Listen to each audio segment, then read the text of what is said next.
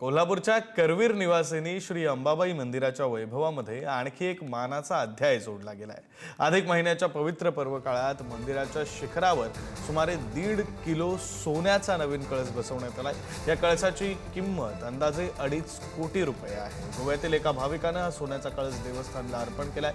पारंपरिक भारतीय स्थापत्य शैलीत तयार करण्यात आलेल्या या कळसामध्ये मंगोलियन शैलीची कलात्मक झलकही दिसून येते। कुशल कारागिरांनी अनेक दिवसांच्या परिश्रमानंतर त्याला अंतिम स्वरूप दिले। मंदिरावरील विद्यमान कळस ऐतिहासिक आणि धार्मिक दृष्ट्या महत्त्वाचा असल्याने त्याचं जतन करून भविष्यात प्रदर्शनासाठी ठेवण्याचा विचार प्रशासनाकडून सुरू आहे। आपले प्रतिनिधी शेखर पाटील आपल्यासोबत जोडले गेलेले आहेत, या संदर्भातले तपशील देतील। शेखर।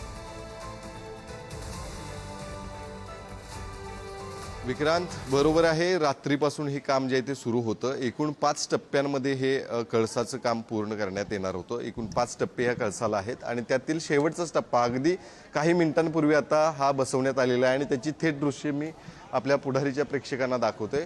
आपण जर बघितलं तर या कळसाची उंची देखील खूप मोठ्या प्रमाणात आहे आणि अर्थातच त्याला खूपच नाजूक पद्धतीनं हे काम जे आहे ते करण्यात येत होतं, कारण अर्थातच यामध्ये तांबे आणि 1.5 किलो सोनं इतकं वापरून हे बनवण्यात आलेलं कळस आहे आणि जे बसवण्याचं काम रात्रीपासून सुरू होतं आणि आत्ता आपण जर हे दृश्य पाहत असाल तर त्या ठिकाणी अंतिम जो कळस आहे तो त्या ठिकाणी बसवण्यात आलेला आहे।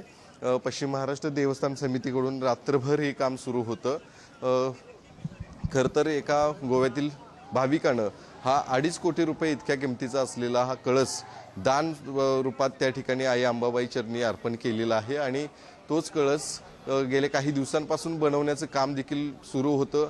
अतिशय काळजीपूर्वक हे खरं तर संपूर्ण काम जे ते करण्यात आलेलं आहे। जुना कळस जो आहे तो काढण्यात आलेला आहे, तो देखील पुढच्या काळामध्ये या ठिकाणी भाविकांना त्याचं दर्शन घेता यावं म्हणून मंदिर परिसरामध्येच ठेवण्यात येणार आहे, अशी माहिती जी आहे ती पश्चिम महाराष्ट्र देवस्थान समितीकडून देण्यात आली। मात्र आता ही दृश्य आपण थेट संपूर्ण महाराष्ट्राला आणि देशभरातील जे भाविक आई अंबाबाईच्या दर्शनाला येत असतात, अनेक वेळा आई अंबाबाईचं दर्शन जे ते आतमध्ये जाऊन घेता येत नाही गर्दीच्या वेळी आणि त्यावेळी सर्वच भाविक जे आहेत ते या कळसाचं दर्शन घेत असतात आणि अर्थातच त्या कळसाचं खरं तर यातील नवीन कळसाचं बसवण्याचं काम पूर्ण झालेलं आहे आणि त्याच कळसाची ही थेट दृश्य विक्रांत आपण संपूर्ण पुढारी न्यूजच्या प्रेक्षकांना आपण दाखवतोय। त्यामुळे निश्चित आता हे काम जे आहे ते पूर्ण जरी झालं असलं तरी काही वेळातच या ठिकाणी मंदिरातील पुजाऱ्यांच्या मार्फत हे मंत्रोच्चार करून त्या ठिकाणी याला प्रतिष्ठापना जी ती करण्यात येणार आहे। मात्र आत्ता जरी बघितलं तर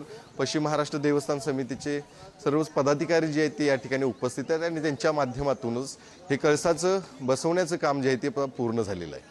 विक्रांत, धन्यवाद शेखर, तुम्ही दिलेल्या या सगळ्या माहितीसाठी आणि थेट कळसाचं जे दर्शन आहे ते आपल्या सगळ्या प्रेक्षकांना घडवलं त्यासाठी।